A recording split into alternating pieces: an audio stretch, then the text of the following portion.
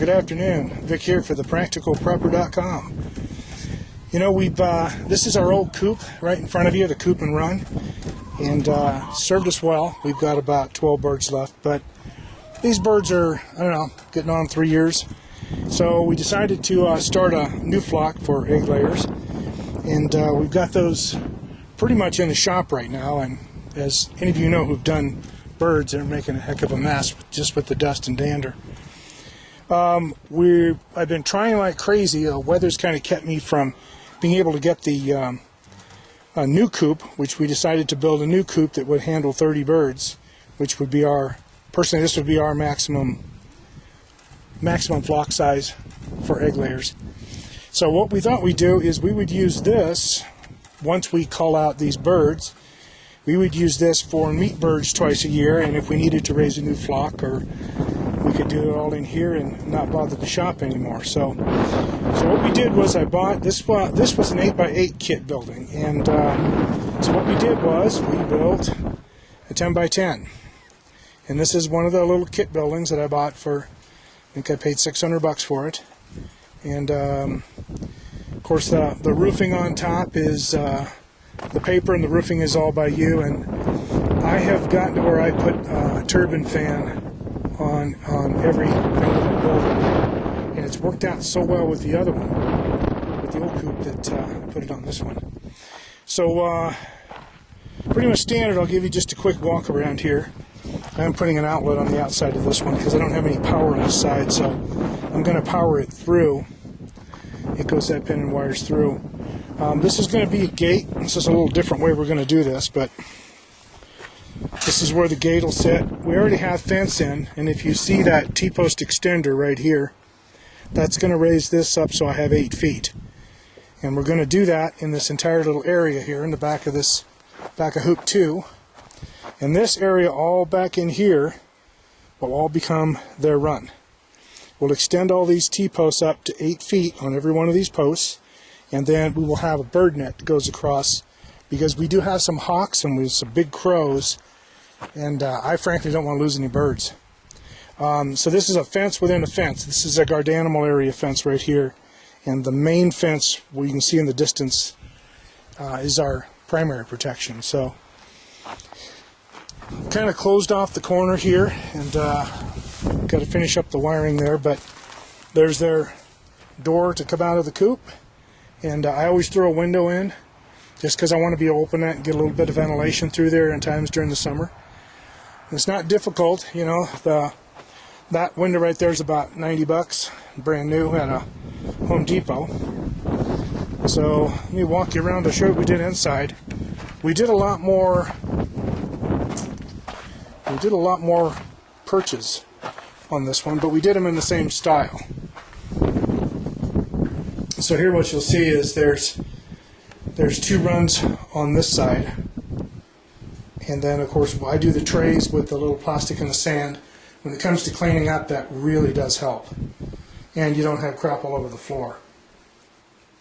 Now, something that I do is that I go ahead and I put the inexpensive FRP on the walls, and you know, once a year or so when you come in to really do a good coop cleaning, because you really have to do that with this fine dust and stuff. That stuff is explosive, and you really have to keep that dust down. So when you do that, cleaning these walls is a breeze. I mean, it's real easy. They can crap all over this wall, no problem at all. So here's one down the right side. So, you know, if you kind of figure out there's 8 birds there, there's 8 birds there, and so 16 aside, that's 32 birds, and I think that works pretty well. I do paint the floor. I give it 2 coats of floor painting, and then we'll put everything over the top, and that has worn extremely well. I always do a coop controller. This is a Murray's coop controller. You guys get your chickens from there, but there's the window itself. And easy to put in, easy to deal with. And all I really have for power is it comes in that corner. There's a 4-plex there, and that's my feed through, that plug on the outside. And then I'll pan around real slow. and there's a light on the pull string. So if we come in and open that door, we can grab the pull string and pop a light on if something crazy is going on. So that board right there is a little batter board. That'll help keep a lot of the shavings from falling out. And you know, a couple screws, and we can take that out whenever we really need to clean it. The second door is dogged. We don't usually open it up, but if we're going to do a cleaning, I can take that board, dog the door open, close the coop with the birds out in the run, and then we have everything to clean it up. But it's actually worked pretty good. This is all 2x3 instead of 2x4. A little bit lighter, a little bit less expensive, and works out just fine. So you can see there's 80 million roofing nails. Now behind this there's no insulation, so I don't insulate this coop at all, and I haven't ever insulated the other one behind us, nor do I have any heat lamps on them. So most of the chickens just go through the winter, and once they're inside on the roost they do fine. Of course, we haven't had anything really down in the, you know, zero range or single digits for very long. You know, usually we'll get 20, we'll get low, you know, for a while, and then it'll pick back up. But again, I like having the little windows here. It's handy if you want to get a little cross circulation. You pop that open, and what you'll do is you'll draft from here right up through the fan here. And I don't even cover the fans in the wintertime. So once they're in, and we're done. Move along. So, you know, some people look at what I build for coops and kind of laugh like, well, you should just use some, you know, let's see, pallets. The only thing I can say to that is that my philosophy is that if you're going to put up a building or do something on this nature, if for some reason I decided, you know what, I'm going to go back to the old coop, I'm going to have 6 birds, that's all the eggs I need, and I'm going to move along, you can do that. But if I decided to use this building for something else, I've already built a pretty decent building. And I could take the roost out of here and be done. Make this into whatever I want it to be. It could be another storage shed, it could be an office for everything else that we're doing outside. So I just think if you're going to spend the time and invest in it, you know, build something right.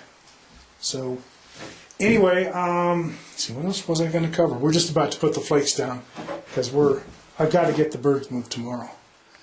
And this will be their home until they get a little bit bigger, and then we'll open the door and let them into the run. So, well, my plan, real quick, you might ask, on this side over here, I think what I'm going to do is I'm going to put 8 nesting boxes on this side.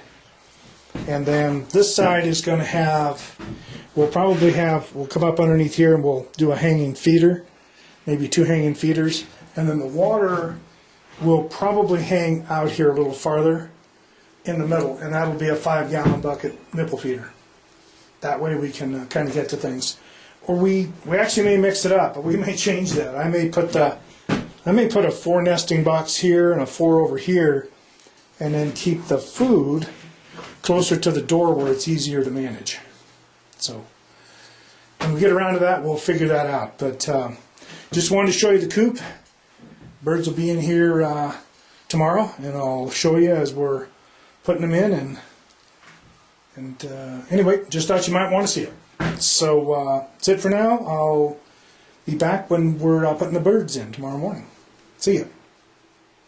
Okay, welcome back. Vic here for the Practical Prepper. So it's the morning. We're going to move the birds over. This is something we did. So this is like a baby safety rail that adjusts. We put it across here because it makes it easier when we're opening the door.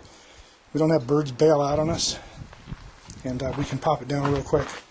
So just to show you what's left here, there's the feeder. You can see it's kind of hooked in. It's all set there. I am going to do a second feeder. It's going to be on the other side. Just right about hanging from here straight down.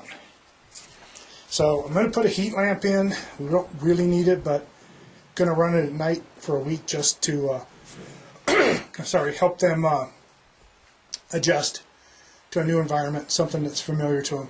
So we'll do that for a week, and then I'll pull that out completely. And water. Set them up with 5 nipples on a 5-gallon bucket, and it's all hooked into the structure and ready to go. So at this point, we're ready to start bringing birds over, and we'll start bringing them in and showing them the new house. All right, here we go. All right, so everybody made the transfer. Relatively no damage. Looks like they're checking out the feeder already, so we're just double checking the height. Look who's really excited about helping. Old Rusty, she's there to help us take care of the birds. But the last time she had a chicken sandwich, these guys were pretty pissed at her. So they're trying to get accustomed to the new space. They definitely had the eating thing down. We got that, so I saw a couple of them drinking a little bit, so I think they'll get that. Otherwise, they're setting a new place. It'll be interesting to see how many of them at this age try to get up to the perches. So anyway, that's it. New coop's done. The group of 30s moved. Chicks are happy. So we're set. All right, that's it. Just wanted you to see it. Later.